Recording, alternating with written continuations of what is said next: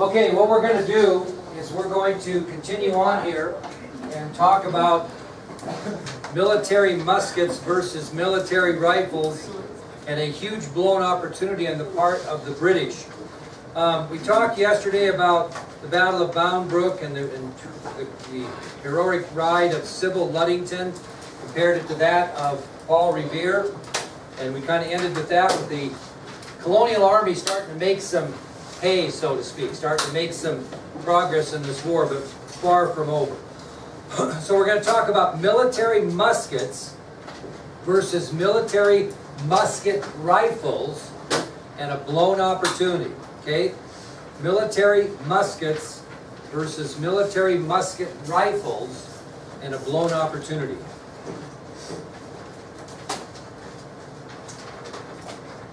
By the fall of 1777, 500 American riflemen are helping to level the playing field against the British in upstate New York.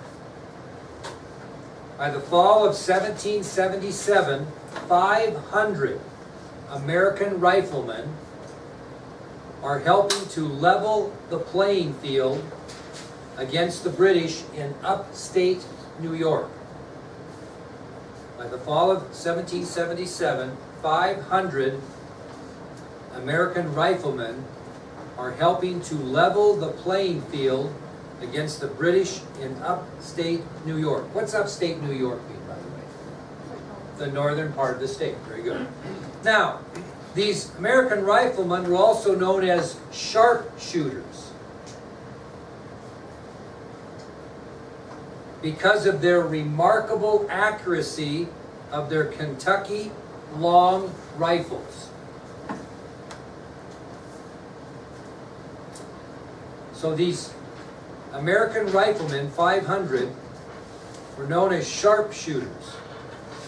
And the reason they were called sharpshooters is because of their remarkable accuracy of their Kentucky long rifles. So they are rifles.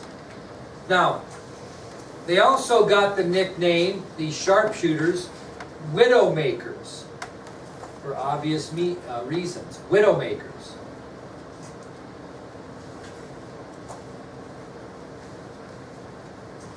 Now I'll tell you the difference between a musket and a musket long rifle. These Kentucky long rifles were a huge advantage, and the sharpshooters that had those did much better.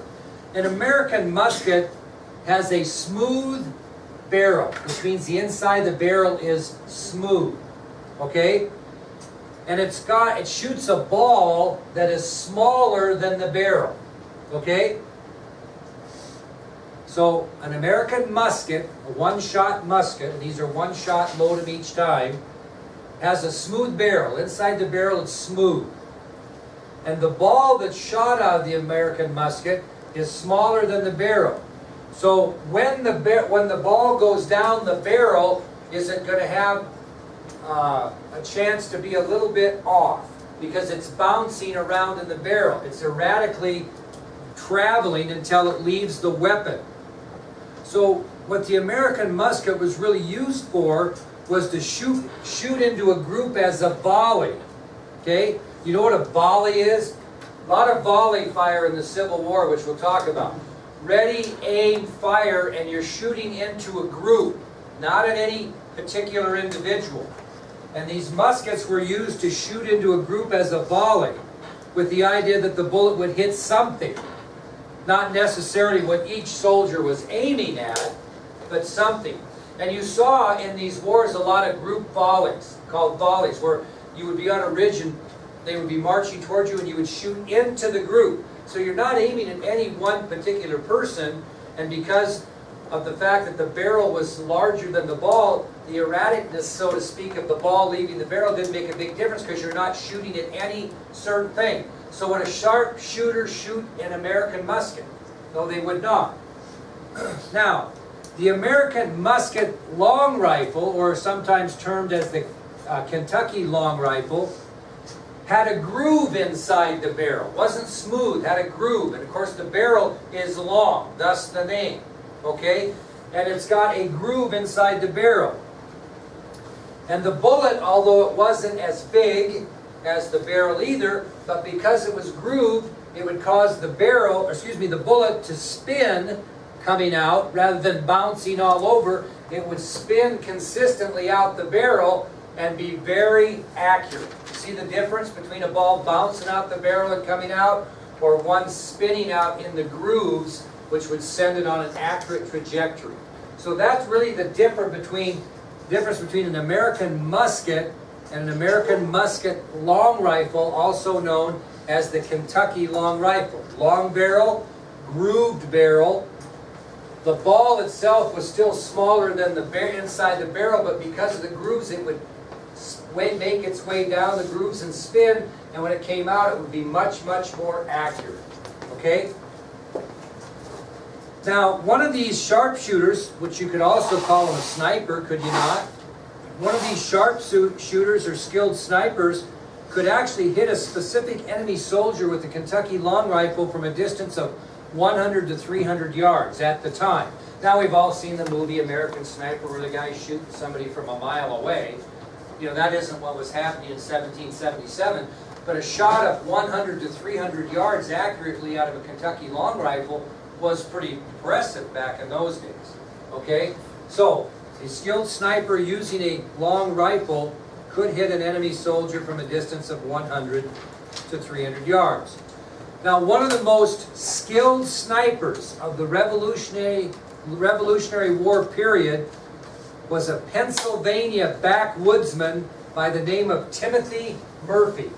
Timothy Murphy was one of America's most skilled snipers or sharpshooters during the Revolutionary War period. And he was from the backwoods of Pennsylvania, Timothy Murphy.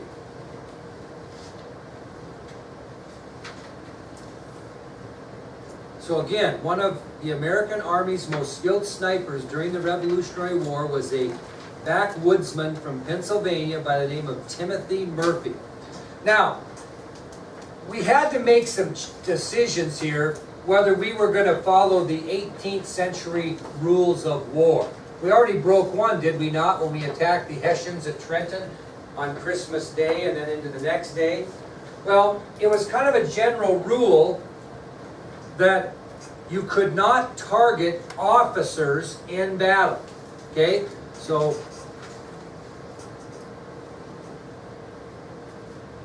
well, let's just let you think about that. Why would it be a rule of war that you could not shoot an officer in battle? That was kind of a no-no. That was considered a war crime and very ungentlemanly like. It was a kind of a serious crime, almost like in the Old West shooting somebody in the back. Why didn't they want you shooting officers? Pretty close. First of all, these officers were required through their military training to lead their men into battle. So they were in a very vulnerable position. They were up front, easy targets. And the 18th century rules of war stated that you officers were not to be picked out of battle and targeted because you would have leaderless armies then. Okay? Disarray for both sides in the battle. So it was kind of a rule in 18th century warfare that you cannot target officers. Has anybody seen the movie Patriot? And we're going to watch that. Okay? And that's an example of where Mel Gibson, who was the leader of the militia, they said that they would continue to target officers as long as they did this, if you watch the movie. And we'll see it. But it was a no-no. It was a no-no. So the shooting of officers in battle was deemed a war crime and an ungentlemanly act of war. Well, the colonists and the Continental Army and the militia didn't follow that 18th century rule. And because they violated the code so much, the British Army decided to train their own snipers for the same purpose. Okay? And so that was kind of a key point in the Revolutionary War. So who was considered the best of the colonial sharpshooters? Timothy Murphy. The man who was considered the best of the British sharpshooters was Patrick Ferguson. Patrick Ferguson. And he was actually a Scottish officer in the British Army in America. He was a Scottish officer in the British Army during the Revolution. And he had a golden opportunity during the Revolutionary War at this time and didn't take advantage of it. I'll tell you the story. Because all history is telling the story, right? Well, in September of 1777, Captain Ferguson and his patrol were in Pennsylvania.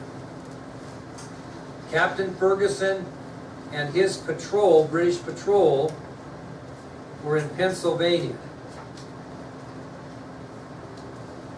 Now, what's a patrol? Okay, well, what's a patrol? British patrol. What do they do? Scouts it out. They break off from the main army and they scout things out. Just like in the Old West, General Custer had Crow and Arikara scouts that went out and kind of saw what was going on and reported back. Well, Captain Ferguson was the head of a British patrol, and that's what British patrol did, is they went out and scouted out to see where the enemy was to make their plans. Well, in September of 1777 in Pennsylvania, Captain Ferguson and his British patrol are ahead of the British marching force scouting on what they call a reconnaissance mission, right? They're reconnaissing the area, scouting out the area. And Ferguson is looking through some trees, and I'll be darned if he doesn't spot an American general sitting on his horse through the trees. And this American general doesn't see him.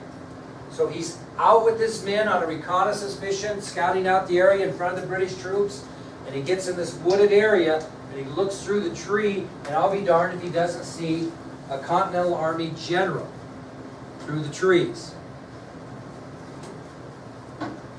Guess who that general was? George Washington. And as Ferguson gets Washington dead in his sights, what causes Ferguson not to shoot him? His British training. No, because that's a good guess, but they've already been beyond that. Because what made him, if you were in that situation, what might make you not shoot that general, Casey? What might go through your mind? No, I can't do that. That's not very honorable. That's right. As he had him in his sights, Washington's back suddenly turned to Ferguson. He turned in his horse and he saw Washington's back. And because of he considered himself a man of honor, he was not going to shoot a man in the back. And he refused to take the shot that may have ended the Revolutionary War. Can you imagine if he shoots and kills George Washington? I don't think, and historians don't believe, that we continue and do very well at this point. So, as Captain Ferguson is on his routine reconnaissance mission, he suddenly spots an American general through some trees. It happens to be George Washington. And as Ferguson has Washington dead in his sights, Washington's back suddenly turns toward Ferguson. And because Ferguson considered himself a man of honor, he refused to take the shot that would have more than likely ended the Revolutionary War in favor of the British. Well, if he isn't going to shoot him, what's he going to do? He's got to think of he's not just going to ignore him, he's going to try to do what? What's that? No? Capture him. Okay, he's going to try to capture him. So after he makes the decision not to shoot Washington in the back, he decides to try to take the American general prisoner. Unfortunately, he fails in that attempt. Washington gets away, and the revolution continues. But this was a huge, huge turnaround in the Revolutionary War. So, if you talk to historians, I kind of like this quote. Captain Ferguson's legacy as a sharpshooter will be defined by the shot he did not take. I'll repeat that again. Captain Patrick Ferguson's legacy as a sharpshooter will be defined by the shot he did not take. Captain Patrick Ferguson's legacy as a sharpshooter will be defined by the shot that he did not take. Any questions on that subtopic? Okay, that'll take us to a very important battle in the Revolutionary War, the Battle of Saratoga. The Battle of Saratoga.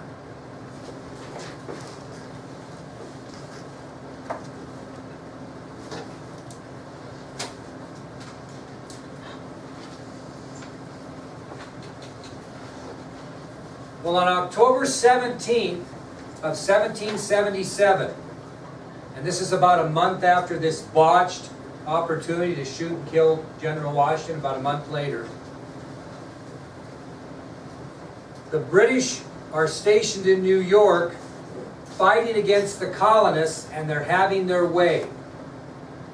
So on October 17th, 1777, and again, this is about a month after the botched opportunity to shoot and kill General Washington, the British are stationed in New York, and they are fighting the Continental Army, and they're having their way. Britain has about 7,000 soldiers fighting against about 6,000 soldiers of the Continental Army, but Britain is having their way. In other words, they're winning decisively these battles in New York. So they're beating back the colonial army, and the British figure if they win this battle at Saratoga, New York, again, they will end the Revolutionary War. So this is a big, big battle at this point again, because any battle lost at this point by who was going to cause the end. The Americans got to win them all at this point. They're getting beat up in these little skirmishes, but we're brewing up for a big battle at Saratoga. And a British victory in the Battle of Saratoga is going to end the Revolutionary War. Now the man that's leading the British soldiers to what he believes is a certain victory is General Simon Fraser. General Simon Fraser. He is leading the British soldiers to what he considers will be a certain victory.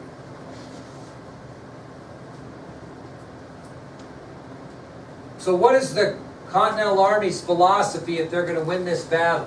What are they going to do? They're going to have to break the old 18th century code and do what? Shoot who? Simon Fraser. Guess who gets the assignment? Who gets the assignment? Timothy Murphy. So, Widowmaker Timothy Murphy has his orders. Take Fraser down.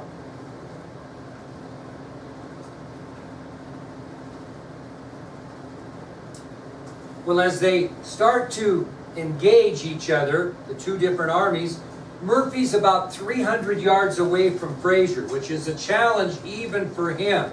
He's an excellent shot, but that was kind of the end of the spectrum of accuracy, was 300 yards. Now, this Battle of Saratoga took place in mostly forested land. And so Murphy realizes his best opportunity at the shot will be from where? Up in the top of a tree.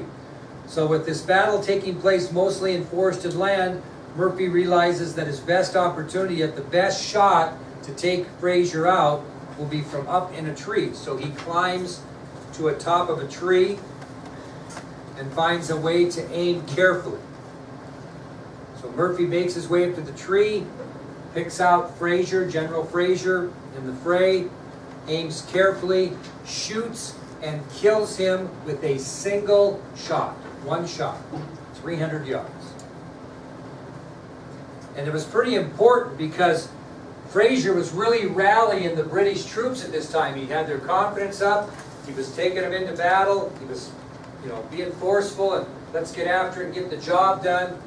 And this public shooting and killing of General Fraser right in front of his men off of his horse was a huge blow to the British morale. Huge blow to the British morale. And they were doing quite well against the Continental Army until their general fell, who they were quite fond of, by the way.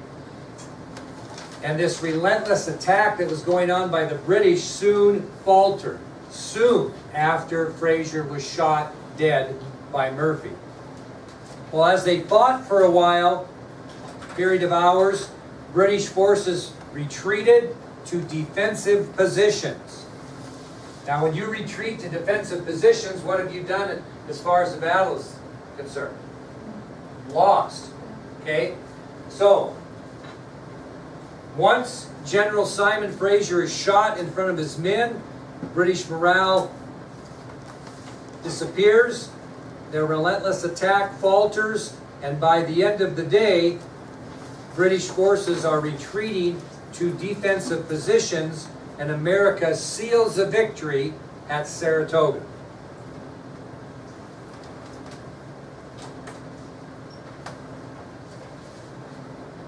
Within a week of the Battle of Saratoga, approximately 6,000 redcoats surrender to the Continental Army, which was about 25% of the British forces in America at the time.